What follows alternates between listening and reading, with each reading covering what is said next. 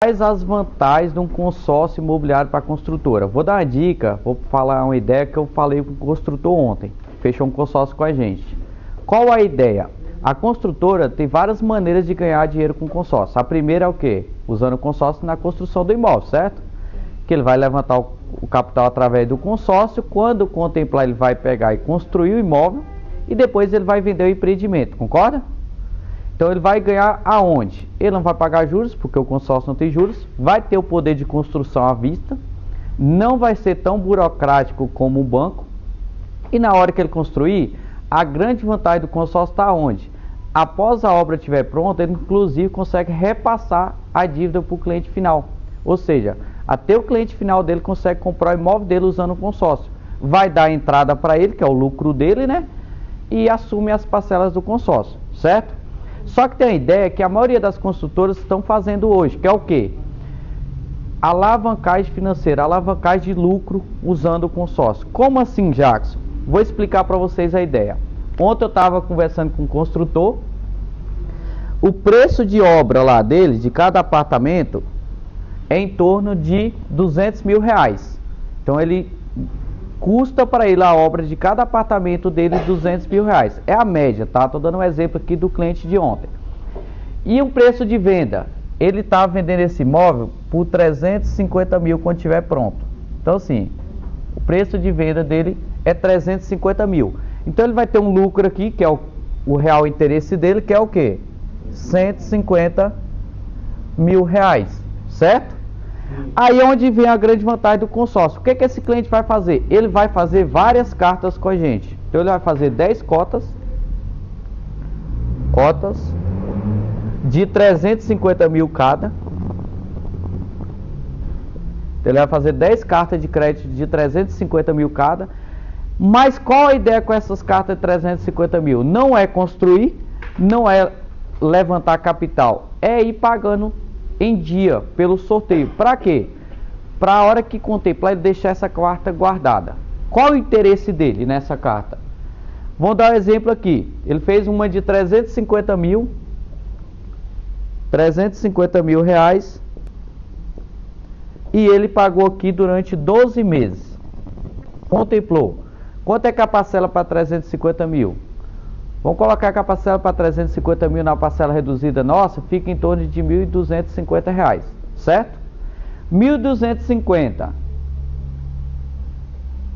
vezes 12 dá quanto?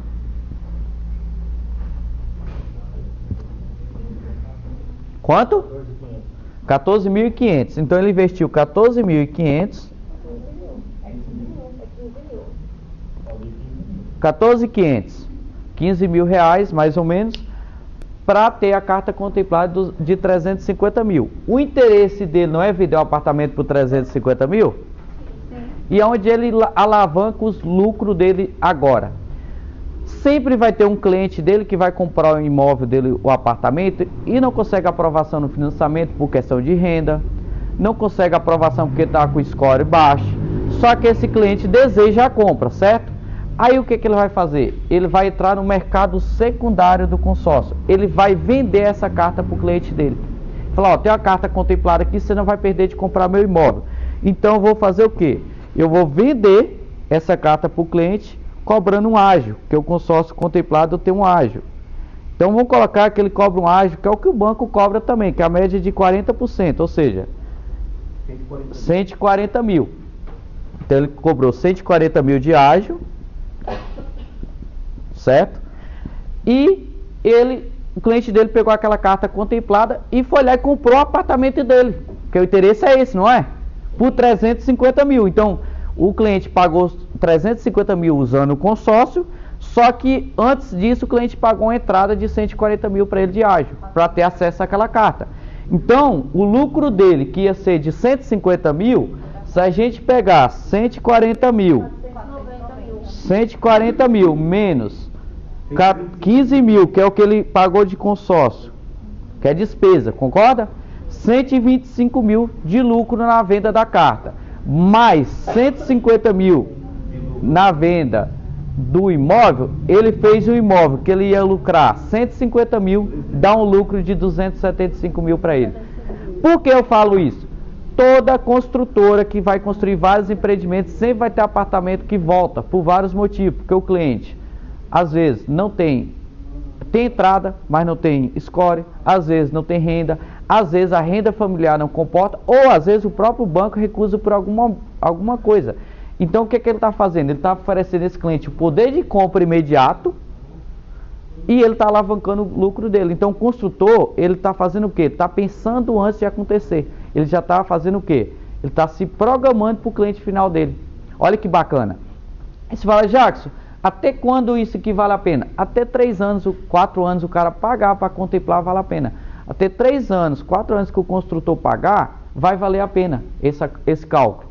Aí se ele não contemplar no período de 3 anos, ele vai lá e usa a carta de crédito valorizada para construir. Ele vai lucrar de outra maneira. Mas sempre o consórcio vai ser uma alternativa eficaz para ele. Agora imagine você, que é construtor, você que é dono de construtora, tiver aí 30 cartas, 40 cartas dessas, pagando todo mês, contempla uma carta, 2 cartas, todo mês você lucra aí 125 mil a mais nessa média no ano. Quanto aumentou o lucro da empresa? Vamos fazer contas? Se eu lucrar, se eu fazer 30 consórcios, normalmente vai acontecer que sempre vai ter cartas contempladas, concorda?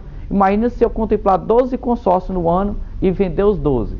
Um lucro que eu não tinha em caixa da empresa, eu passei a ter um lucro em 12 meses, na média de 125 mil, né? Vamos dar um exemplo. Você teve um lucro anual de quanto? R$1.500.000 de capital injetado na empresa que não tinha, que você fez acontecer. É um capital que não existia, você usou um consórcio, que é um dinheiro terceirizado, para fazer levantar esse capital para a empresa. É ou não é uma grande vantagem? Sim. Então, vocês que é construtores, quem tem obra aí, estão perdendo de ganhar dinheiro usando o consórcio a seu favor.